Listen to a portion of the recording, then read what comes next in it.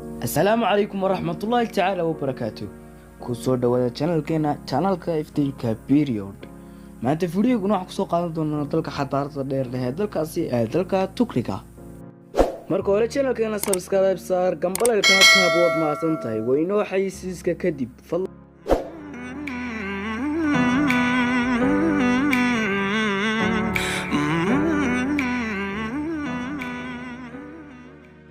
Turkigu wuxuu leeyahay wadamada kala Iran, Azerbaijan, Georgia iyo Armenia.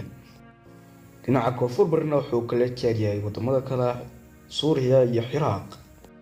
dhinaca galbeedna waxaa kala jaaray Greek iyo Bulgaria iyo badda loo yaqaan Aegean. dhinaca bari adaa waxaa ka xiga badda madow. Turkigu wuxuu ahaa mid ay maamusha dowladda Cusmaaniyiintu ilaa 1922 burburkeedii dagaalkii koowaad ee adduunka, markaas oo la sameeyay dowladda Turkiga ee aan maanta naqaano. dowladdaas oo sameeyay ninkii la oran jiray Mustafa Kemal Atatürk. wali ma isweydiisay ama ma baartay meesha ay ka timid magaca Turkiya? xaqay ka timid magaca Turkiya.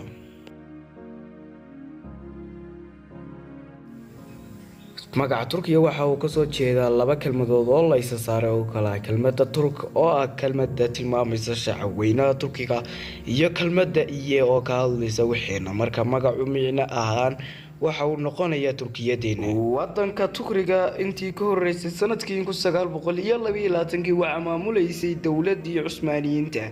kadib markii ay burburtay dowladda Suluqiyiinta waxa samaysantay dowladda Ismaaniyiinta. waxa ay ka soo jeedaa Cusmaaniyiintu qabiiladii ooga soo qabiilo kamid ah qowmiyadda Turkumaanku waxa ay deganay wadanka Mongooliyaanka. kadib markii ay Mongooliyaanku dhibaato u geysteen waxa ay u yaaceen xaggaas iyo Turkiga. kadib waxay degeen meesha lagu magacaabo Beetiyeeniya oo ku taala deegaanka Doola. Turkigu waa xilligii Sultan Ismail Ardaqal ama Cismaankii koobaad. markii uu horeysay Cusmaaniyiintu waxay lugooda dhigeen dhulka loo yaqaano Balkaniska ee ka tirsan bariga Yurub. Cusmaaniyiintu waxa ay si fudud kadib markii ay u dhaceen dagaalkii dhacay goobtii loo yaqaanay Nikbolisi oo dhacay sanadii 1389. intaa kadib waxaa dhacay dhowr jeer inay jabaan, laakiin markii dambe waxaa la soo noqdeen haybadoodoodii iyo awoodoodii, waxayna aad u xoogeysteen xilligii muraadkii labaad oo ahayd 1421 ilaa 1451. kadib waxaa caymi Sultan Maxamed al-Faatix oo awooday inuu qabsado Greek 1453. asaaskii iyo subixitaankii reer Cusmaan waxay sida tan. kadib markii uu dhintay Arduqal waxaa dhacday in wiilkiisa Cismaan halkiisii laga magacaabay Cismaan ibn Arduqalna. waxa uu dhashay 1258 waxaanu ahaa asaaskii dowladdan. waxa uu ka soo horjeeday qabiilada Qay. awgii loo oran jiray Sulaymaan Shaah ayaa waxa uu soo haajiray xaggaas iyo Turkiga. waxaanu degay Turkiga maadaama uu ahaa Cismaan nin hogaamiya qabiilo dhan. markii uu yimi wadanka halkaas ka degan jiray kadib waxa ay saaxiibtinimo wanaagsan dhex martay isaga iyo Calaadiin oo ahaa odaygii ama hogaankii halkaas.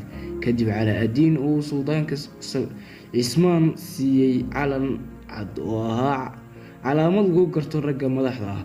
waxa kale oo uu siiyay magaca Amananista Beek laga bilaabo 1289. waxa kale oo uu amray in lacagta lagu soo qoro magaciisa. waxa kale oo uu magacaabay hogaamiye qaybad kamid ah ciidamadiisa.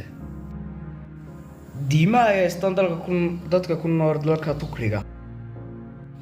islaamku dalkan waxa uu ka yahay 96.1 oo qof ayaa haysta diinteena suuban ee Islaamka. Kiristaankana waxa ka haysta dalkan 3%. qaar kalena 1% waa 0.6. qaar kale oo bilaadiina waa 0.01.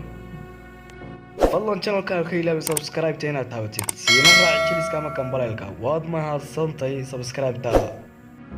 intaas ayaan jeclaystay inaan maantida wadaago. walaakin Cabdiqays oo idin leh ismaqalid dambe oo xiiso leh. wassalaamu calaykum waraxmatullaahi tacaala وبركاته.